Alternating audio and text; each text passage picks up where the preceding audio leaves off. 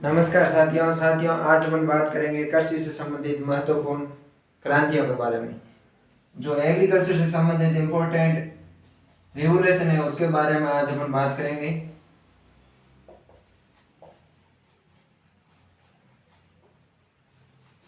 दोस्तों, कृषि के क्षेत्र में बहुत महत्वपूर्ण अनेक प्रकार की क्रांतियां हुई है। खाद्यान्न उत्पादन को बढ़ाने के लिए, तिलहन उत्पादन को बढ़ाने के लिए, चाहे मछली पालन उत्पादन को बढ़ाना है या फिर दुग्ध तथा दुग्ध से संबंधित कोई भी उत्पाद है उनको उत्पादन को बढ़ाने के लिए अनेक प्रकार की क्रांतियां हुई है। उनके बारे में आज अपन विस्तृत से जानकारी प्राप्त करेंगे। तो दोस्तों, शुरुआत करते हैं अपन आज पहली क्रांति के बारे में, वो है हरित क्रांति। हरित क्रांति, ग्रीन रिवोल्यूशन के बारे में आज अपन बात करेंगे।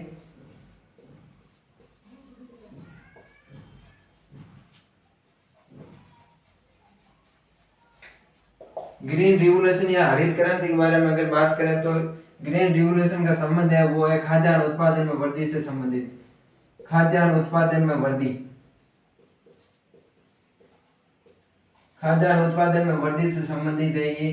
तो मतलब हरित क्रांति की जब शुरुआत की थी तो इसका लक्ष्य एक ही था कि खाद्यान्न के उत्पादन में वृद्धि करनी है।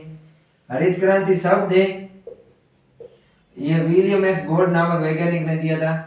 हरित क्रांति शब्द विलियम एस गॉड नामक वैज्ञानिक ने दिया। विलियम एस गॉड नामक वैज्ञानिक ने दिया। अगर अपन इसकी बात करें कि इसके जनक कौन है तो विश्व में इसके जनक है नॉर्मन ई बोरलॉग। विश्व में जनक की बात करें, विश्व में अगर जनक की बात करें तो वो है Norman E Borlaug. Norman E Borlaug, Norman E Borlaug. अगर अपन बात करें कि भारत में हरित क्रांति के जनक कौन है तो भारत में हरित क्रांति के जनक है एम एस स्वामीनाथन। भारत में हरित क्रांति के जनक की बात करें अगर अपन तो है doctor M S Swaminathan, doctor Mankombu Sambasivam Swaminathan. Swaminathan. अगर अपन ये बात करें कि भारत में हरित क्रांति की शुरुआत कब हुई थी, अगर भारत में शुरुआत की बात करें हरित क्रांति की, भारत में शुरुआत की बात करें अगर कि हरित क्रांति की शुरुआत कब हुई थी तो वो हुई थी चतुर्थ पंचवर्षीय योजना के तहत 1966-67 में।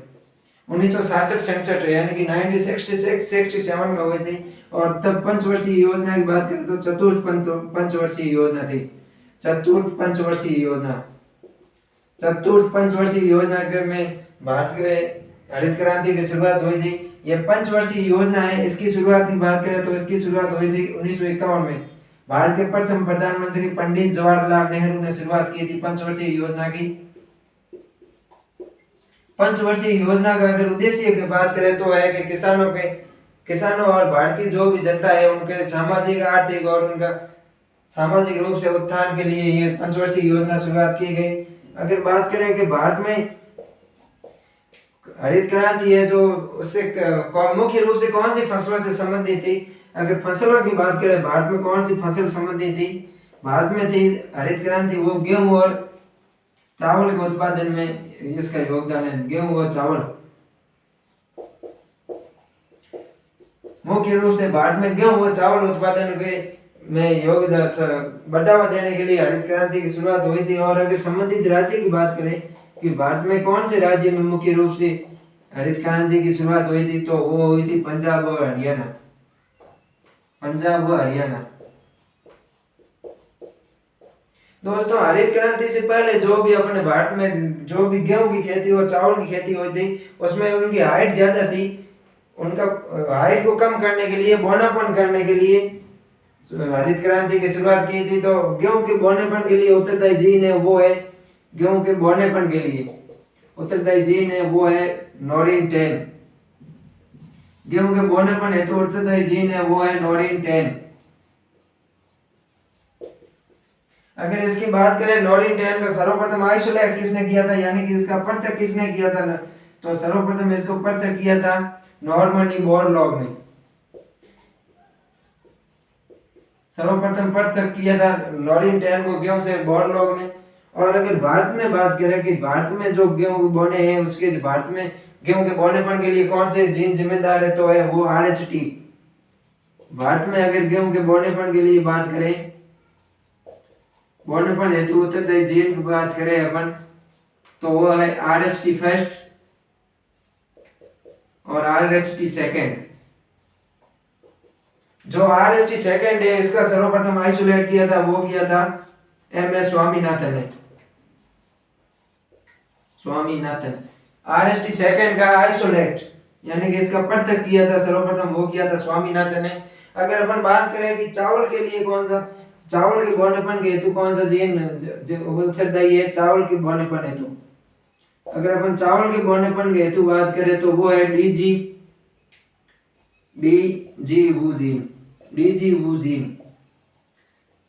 दोस्तों चावल के बौनेपन हेतु डीजीवू जीन उत्तरदायी है और गेहूं के बौनेपन हेतु है नॉरिन 10। इसका सर्वप्रथम आइसोलेट या पृथक की बात करें तो बोर लोग ने किया था। और भारत में गेहूं के बौनेपन के लिए उत्तरदायी जीन है वो है RH फर्स्ट और RH सेकेंड। RH सेकेंड का सर्वप्रथम आइसोलेट या अगर पृथक की बात करें तो वो किया था स्वामीनाथन ने। उसके बाद में अपन दोस्तों बात करें वो है पीली क्रांति। पीली क्रांति है, पीली क्रांति का संबंध था तिलहन उत्पाद में वृद्धि से संबंधित, तिलहन उत्पाद में वृद्धि से संबंधित था, उत्पाद में वृद्धि। पीली क्रांति का संबंध है तिलहन उत्पादन में वृद्धि संबंधित। मुख्य रूप से फसलों की बात करें तो सरसों व सूरजमुखी, सरसों व सूरजमुखी। अगर अपन पीली क्रांति के बाद में नीली क्रांति की बात करें, नीली क्रांति तो नीली क्रांति का संबंध था मछली उत्पाद और समुद्र उत्पाद में वृद्धि, मछली व समुद्र उत्पाद में वृद्धि।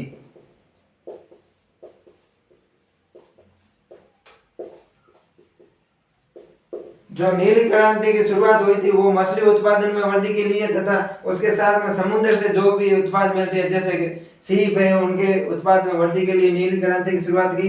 अपन सफेद क्रांति की बात करते हैं दोस्तों,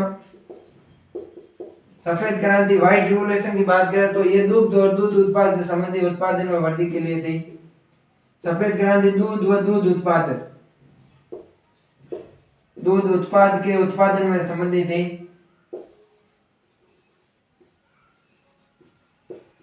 उत्पादन से संबंधित थी। अगर इसकी बात करें कि भारत में सफेद क्रांति के जनक की बात करें भारत में तो वर्गीस कुरियन थे। कौन थे? वर्गीस कुरियन। भारत में दूध उत्पादन में सफेद क्रांति से संबंधित जो भी जनक है वो वर्गीस कुरियन है। ये Verghese Kurien NDDB national dairy development board के फर्स्ट चेयरमैन थे।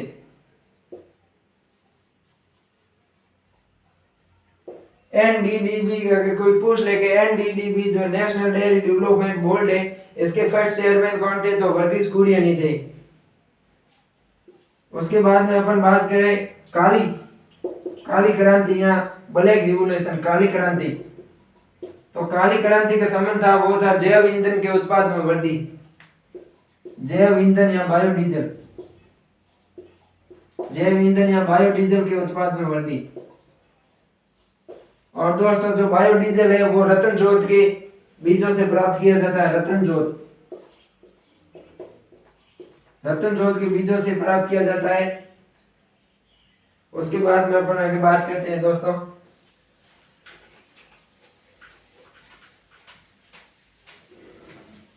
अपन अभी बात की हरित क्रांति के बारे में, व्हाइट रिवोल्यूशन सफेद क्रांति के बारे में बात की, नीली क्रांति के बारे में बात की, पीली क्रांति के बारे में बात की।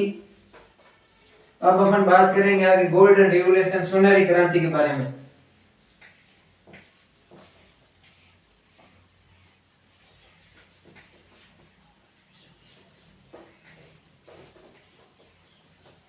अगर अपन दोस्तों सुनहरी क्रांति की बात करें, सुनहरी क्रांति गोल्डन रिवोल्यूशन के बारे में बात करें तो इसके जनक है ये सुनहरी क्रांति है वो फल उत्पादन से संबंधित है, फलों उत्पादन में वृद्धि के संबंधित है। सुनहरी क्रांति फलों उत्पादन में वृद्धि से संबंधित है। और इसके जनक की बात करें अपन तो जनक है इसके KR चड्ढा। सोनारी क्रांति के फल उत्पादन से संबंधित है और सोनारी क्रांति के जनक है वो के.एल. चड्ढा है। सोनारी क्रांति के बाद में अपन बात करें तो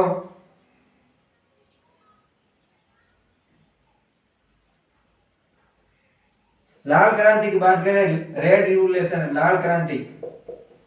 तो लाल क्रांति है वो टमाटर व मांस उत्पादन में वृद्धि से संबंधित है। लाल क्रांति टमाटर व मांस उत्पादन में वृद्धि से संबंधित है। अगर अपन गोल्ड क्रांति की बात करें, गोल्ड क्रांति आलू उत्पादन में वृद्धि से संबंधित है। आलू के उत्पादन में वृद्धि करने से संबंधित है गोल्ड क्रांति।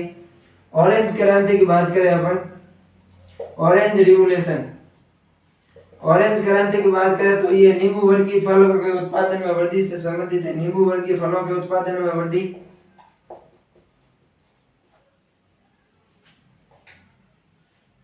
उसके बाद अपन इंद्रधनुष क्रांति के बारे में बात करें, अगर इंद्रधनुष क्रांति रेनबो रिवोल्यूशन से संबंधित है, अगर इनके बारे में बात करें तो इसका संबंध है कृषि के सभी क्षेत्रों में उत्पादन में वृद्धि। कृषि के सभी क्षेत्रों में उत्पादन में वृद्धि।